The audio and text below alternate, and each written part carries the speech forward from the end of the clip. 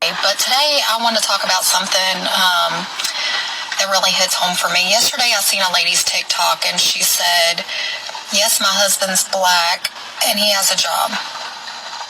My husband's black, he has his own car. And I'm going to tell you, the stereotypes that surround black men are absurd. The fact that people think that because they are a black male, that they don't have a job, they don't have a car, they're not educated, they don't take care of their children, they're poor spouses, like they're abusive. It's just a horrible stereotype for black men in general.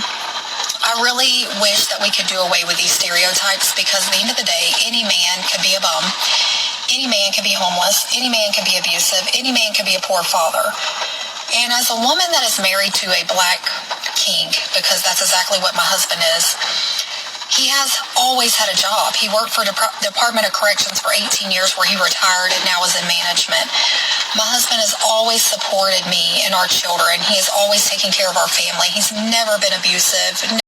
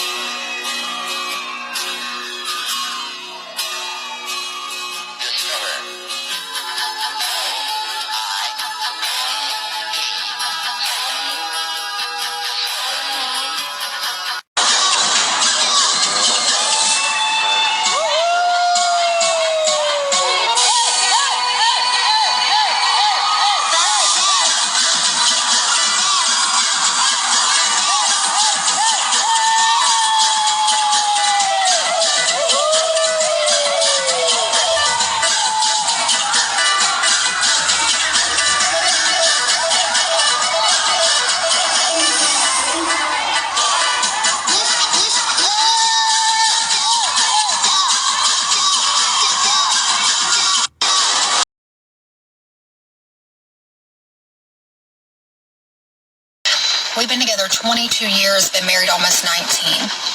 When I tell you, he is the best man in the world, friends, like the best human ever. And to hear that these, stereotypes still exist surrounding a black man is just crazy to me. Like, when are we going to stop doing that to these black men? All right, Shalom.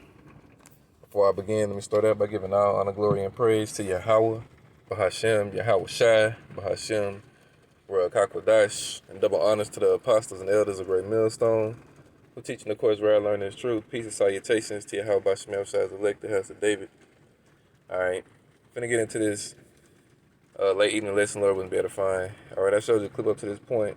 All right, the caption says, white woman goes off on black women, and white men for creating fake stereotypes on black men, all right? And really they're talking about the Israelite men, all right?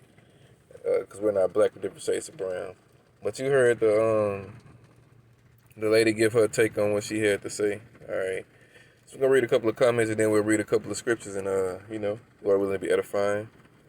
All right, this first particular comment up top, individual says, a white women, he meant woman, defending us before a sister. He say, man, fuck it. I'm switching teams. Niggas having a blast on the other side. Alright, and then you got what appears to be a so-called black woman right here. She says, I know I'm about to ruffle a lot of feathers saying this, but oh well, for a white woman to defend a black man when a lot of black women tear our black men down goes to show you all men aren't the same. Like she said, any man can be a bum. That's what she meant, bum. She said a bomb. Any man can be abusive. Any man can be a deadbeat father. It has nothing to do with black or white. I think it was well said from a white woman. All right. And I agree, The next one says, ma'am, it was your kind that created those same stereotypes that you are talking about. All right. Not necessarily, all right, because you got to understand, going back to the garden, all right, with Adam and Eve. All right, Eve was deceived by the serpent back then. So Eve has been, on a mission to be separate from the so-called black man since then. All right, no other way to look at it. All right, now women were more in order in the ancient world than they are today. But nevertheless, still, King Solomon said it best. Who could find a virtuous woman? What did King Solomon say? He had 1,000 women. All right. And wasn't none of them righteous. All right. 700 Israelite women. All right. And wasn't none of them right. All right. And 300 concubines. And wasn't none of them right. All right. So,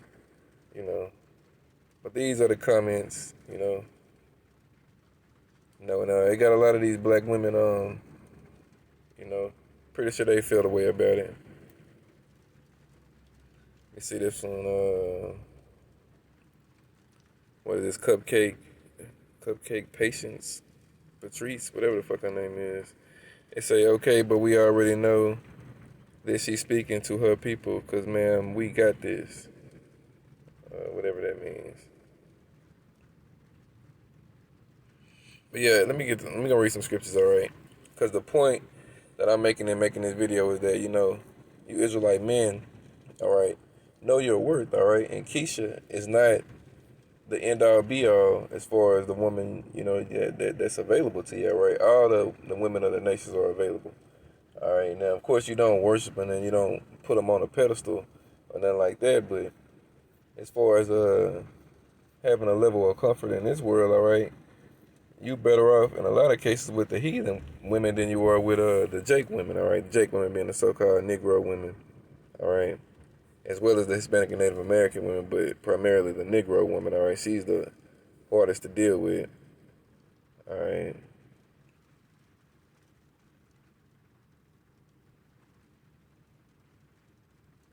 You know what I'm saying? So let's get a couple of scriptures right quick. All right, so I'm going to open up right here in 1 Kings chapter 11, starting at verse 1. It reads, "But King Solomon loved many strange women, together with the daughter of Pharaoh, women of the Moabites." All right, it's the Chinese woman. All right, the Ammonites, that's the Japanese woman. All right, the Edomites, that's the so-called white woman. All right, the Zidonians and the Hittites. All right, so King Solomon had women from all these different nations, all right? Verse 2, "Of the nations concerning which the Lord, Yahweh Shai, said unto the children of Israel, Ye shall not go in to them, neither shall they come in unto you, for surely they will turn away your heart after their gods. Solomon clave unto these in love." And he had, and he had 700 wives, princesses, and 300 concubines, and his wives turned away his heart. All right, so that's why you don't worship these women, you know what I'm saying, or put them on a pedestal, all right? On this side, we understand and know you can deal with these women of other nations, but, be rooted in Yahweh Shai first and foremost, all right? The things that were written before time were written for our learning, so this is a lesson that we're learning, looking back at, how Solomon lived, all right? It wasn't, Solomon wasn't going off for, getting with the women. He went off because he clave to them and his heart got turned after them, all right? He went to worshiping the things in which they worship, all right? And that's where, his error in the dealing with those one of those nations came into play, all right? So I'm going to read verse 4. It say, "For it came to pass when Solomon was old that his wives turned away his heart after other gods, and his heart was not perfect with the Lord, Yahweh Shai, his power, as was the heart of David his father." All right. It say, "For Solomon went after, Asherith." It's like if I misenunciated. Ashtoreth, the goddess of the Zidonians, and after Milcom, the abomination of the Amorites. All right, so that was the sin in which, Solomon went off on, all right? And it says, "And Solomon did evil in the sight of the Lord, Yahweh Shai, and went not fully after the Lord, Yahweh Shai, as did David his father." All right, but in this time right now, again, those things that was written in that time was written for our learning, all right? So we know now in this time that if we get a woman of the other nations, we just dealing with it on this side because we understand and know she ain't getting beamed up, all right? Over here in the land of the north, Babylon the Great. Oh, y'all forgive me. The only people that's getting beamed up out of this place is the house of David, and that's the Israelites, all right? If you got a heathen wife, all right, she's not leaving Babylon the Great, all right? She's going to die right here in this place. She's going to die the death of a heathen, all right? And the Lord will give her back to you on the other side, all right? But, you know, that's why it's good to have a good understanding about the things of old in order to move the way in the new, all right? You know, if that makes sense, all right? But again, this was just inspired, you know, let Jake know he got options out here, right? You ain't got to be, you know, stuck dealing with Eva, all right? Because a lot of them ain't leaving this place neither, all right? 2 out of 3 of you Negroes, Spanish, and Native Americans, which are the biblical Israelites, today, all right, you're not getting out of this place neither. You're going to die in this land, all right? So how about that, all right? Let me see, we're going to go to, let me see.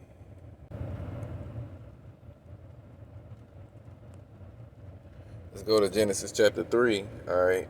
We're going to deal with that relationship that the serpent, all right, and Eve had, all right? And in today's time, all right, those entities represent the so-called black woman and the so-called white man, all right? Jacob's biggest enemies on this earth, all right? So this is Genesis 3 and starting at verse 1. It say, now the serpent was more subtle than any beast of the field which the Lord Yahweh Shemel power had made.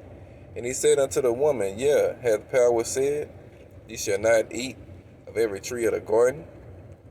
And the woman said unto the serpent, we may eat of the fruit of the trees of the garden, but of the fruit of the tree which is in the midst of the garden, Yahweh Bashim Power had said, ye shall not eat of it, neither shall ye touch it, lest ye die. All right, so Eve is having a conversation with a man, all right, and that man is a serpent, all right? The same spirit that's in Esau today was in that serpent back then, and they're having a conversation. And the serpent is basically giving Eve the rundown on how, you know what I'm saying, to live that life that she wants to live, which is equal to Adam, all right? So it goes on. It says, and the serpent said unto the woman, ye shall not surely die. So he finessed her, all right? And then it say, for then the serpent told her, for Yahweh shall power, do it know that in the day ye shall eat thereof, that your eyes shall be open, and ye shall be as gods, knowing good and evil. All right, it says gods, plural, because Eve wanted to know what it was to be a goddess, to be worshipped. All right, that's why today's world is ran off a vibration of woman worship, and Esau like that. All right, because he ultimately got to remember his mother. You know what I'm saying? Esau came in to the earth through a black woman, Rebecca, and he also came in, all right, when he was Cain through Eve. All right, so he knows this. All right, that's why, you know, the so-called black woman and the so-called white man together are Jacob's biggest enemies. All right, and they've been in league together, going all the way back to this. You know what I'm saying, that I'm reading you right now. All right, so let me finish it out. They say, and when the woman saw that the tree was good for food, meaning philosophies, that's what it is. It wasn't literally. She was taking the philosophies, all right, and she brought it back to Adam, all right. She didn't literally eat an apple. She was eating of the philosophies of the world, all right. And when the woman saw that the tree was good for food, and that it was pleasant to the eyes, and a tree to be desired to make one wise, again, she took the fruit thereof and did eat, and gave also unto her husband with her, and he did eat, all right, and that was Adam's sin, all right, following behind Eva has, all right, but it says she wanted to be known, she wanted to be made wise, all right, the Lord gave you a husband, all right, he's your head, all right, but she wanted to be able to, again, be on goddess level, all right, so that's why she, that deal that the serpent offered her was too good for her to pass up, all right, the same way the things of this world are too good for these women to pass up on this side, all right. So, 1 second, y'all.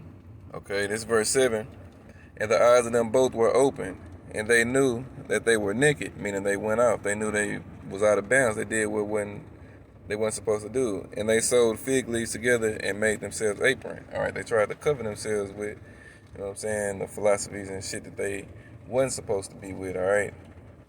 Verse 8, and they heard the voice of the Lord Yahweh Shemel walking in the garden in the cool of the day. And Adam and his wife hid themselves from the presence of the Lord against the trees of the garden, all right? Meaning they was amongst the other nations, all right, trying to hide themselves. And the Lord Yahweh Shai Power called unto Adam, all right? He didn't call to Adam and Eve. He called to Adam because Adam is the head, all right? And he said unto him, where art thou? And he said, I heard thy voice in the garden, and I was afraid, because I was naked, and I hid myself.